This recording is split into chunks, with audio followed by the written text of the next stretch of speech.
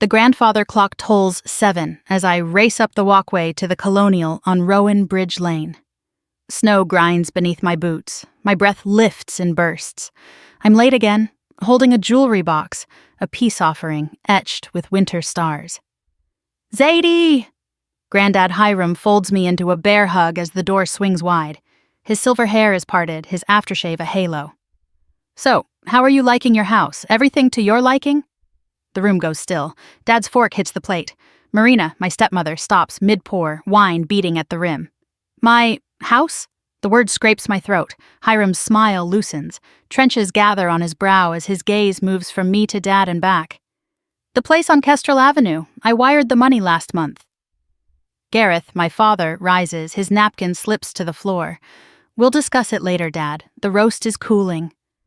Marina's hand trembles as she sets the bottle down. My half-sister, Opal, blinks at me, startled. She didn't know either.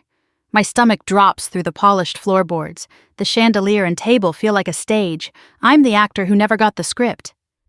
I think of years in the converted attic while Opal sprawled in a princess room below. Of hearing, "There's no money left for you," when I got into architecture school. Of night shifts at Reese's Diner.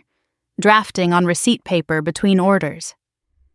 Actually, I say, heat in my cheeks, I want to know what Granddad means. Hiram stands, palms flat on the table.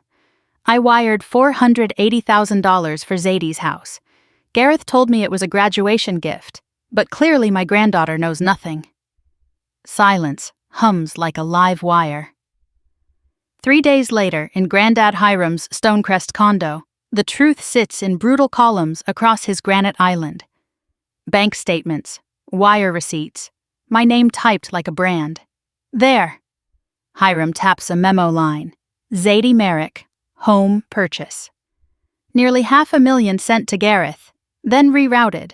Maris Keene, Hiram's lawyer, lays out a folder. Property title lists Pamela as sole owner and this. She slides over a power of attorney. The signature pretending to be mine has the right angles, none of the hand. I never signed anything, I whisper. Forgery, Maris says, and a crime. Another stack, withdrawals from an account labeled Zadie's Trust. Private school tuition, vacations, wardrobes. I set this up when you were born, Hiram says softly. By 18 it should have been near 300,000. He drained it. There's a credit card, too, opened in my name.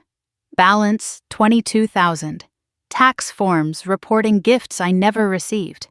What now? I ask, watching Stonecrest's skyline burn gold behind glass. We build, Hiram says, but smartly.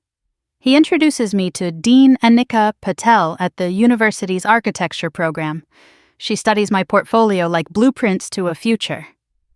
Scholarship applications open next week, she says. Maris files identity theft and fraud complaints, drafts a freeze on my credit, and a no-contact letter.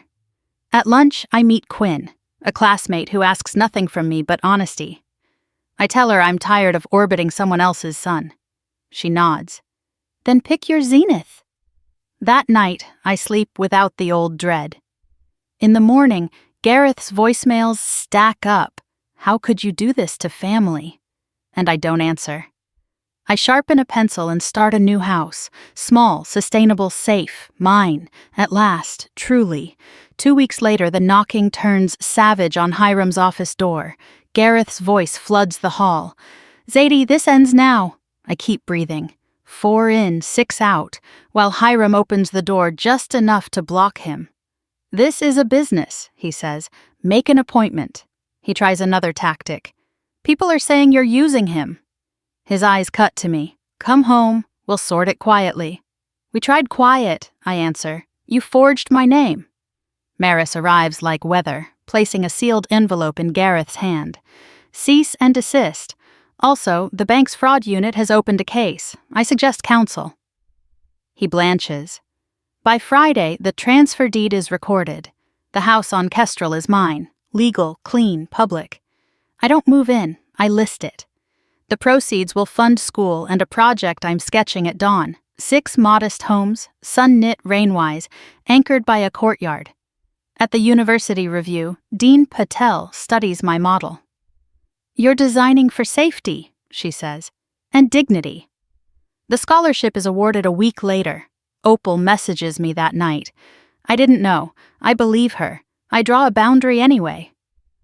On the day the sale closes, I bring Hiram the carved jewelry box. He lifts the maple lid, thumb tracing the snowflakes. "For me?" "For us," I say, dropping in 2 keys, one to my studio, one to his place. A reminder we don't live in anyone else's script. We eat takeout at his table, city lights stitched outside like quiet constellations.